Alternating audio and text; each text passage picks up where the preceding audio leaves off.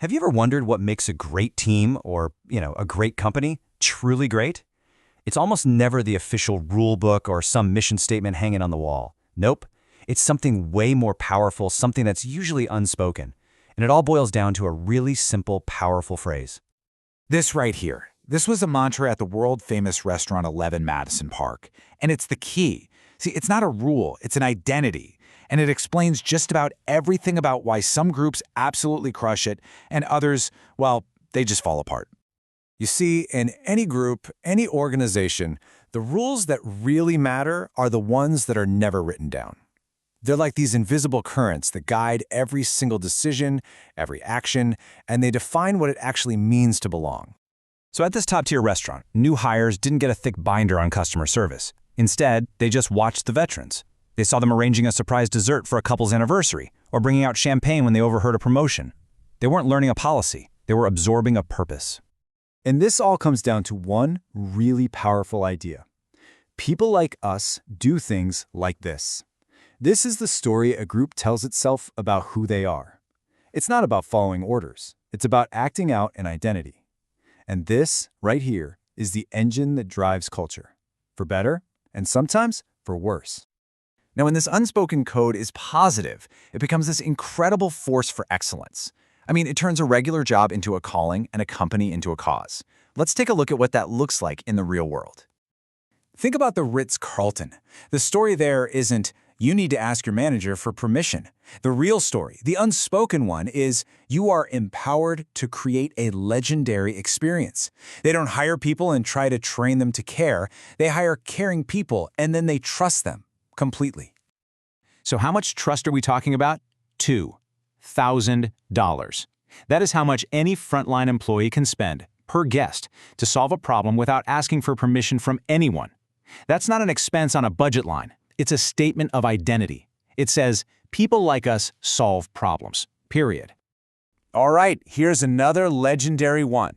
For decades, this wasn't just some catchy slogan for FedEx. It was their entire identity.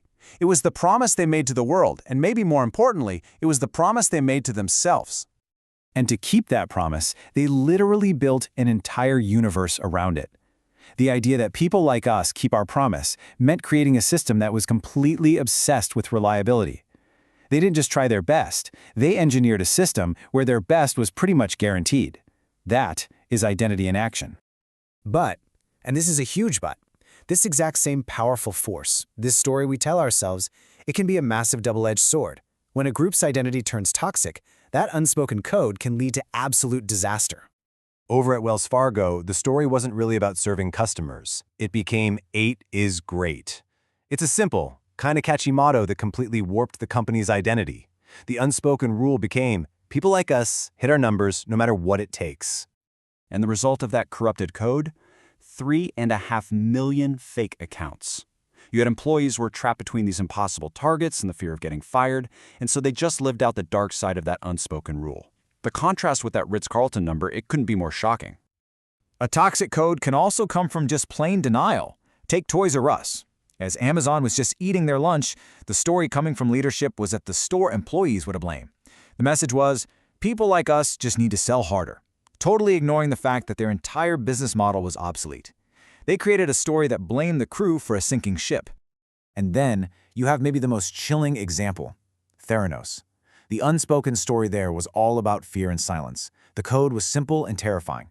People like us protect the narrative at all costs. And that culture of secrecy didn't just sink a company. It literally endangered lives by hiding the truth about its faulty technology. But here is the most important part of this whole thing.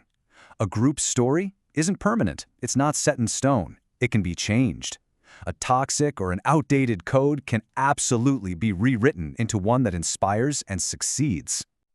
Let's look at Slack. Before it was the communication tool that, we all know, it was a failing video game company.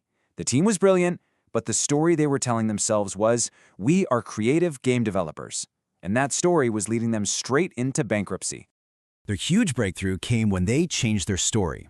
They looked at this little internal tool they had built for themselves, and they totally rewrote their identity. They went from game developers to communication experts. Same people, same skills, but a brand new story that unlocked a billion-dollar future. It's a similar deal with Microsoft in the early 2010s. The company was totally trapped by its own past success. Their identity was Windows first, and that story, which was once their greatest strength, had become a prison. It was blinding them to the huge shift toward cloud and mobile. So Satya Nadella's first big job was to rewrite that story. He declared a new identity, cloud first, mobile first. And to prove this was for real, he did something that was, at the time, unthinkable. He launched Microsoft Office on the iPad, a competitor's device. That one single act signaled to everyone that the old story was dead. A new one was being written. So, from high-end restaurants to tech giants, the lesson here is the same. The culture, the success, the failure, it all comes down to the story you choose to live by. This quote really just nails it, doesn't it? These narratives, they're not just some fluffy business jargon. They actually program us. They shape how we see the world, how we act, and what we believe is even possible. So, as we wrap this up, just remember these key things. First, culture isn't about what you write on a poster. It's about the story you actually live every single day. Second, that story will define you. It can be your greatest asset or your most dangerous liability. But the most hopeful truth of all is that your story is never fixed. You always have the power to rewrite it. Which really leaves us with just one final question for you to think about. In your world, the teams, the companies, the communities you're a part of, what's the unspoken story? In your world, what do people like us do? And is that the story you want to be telling?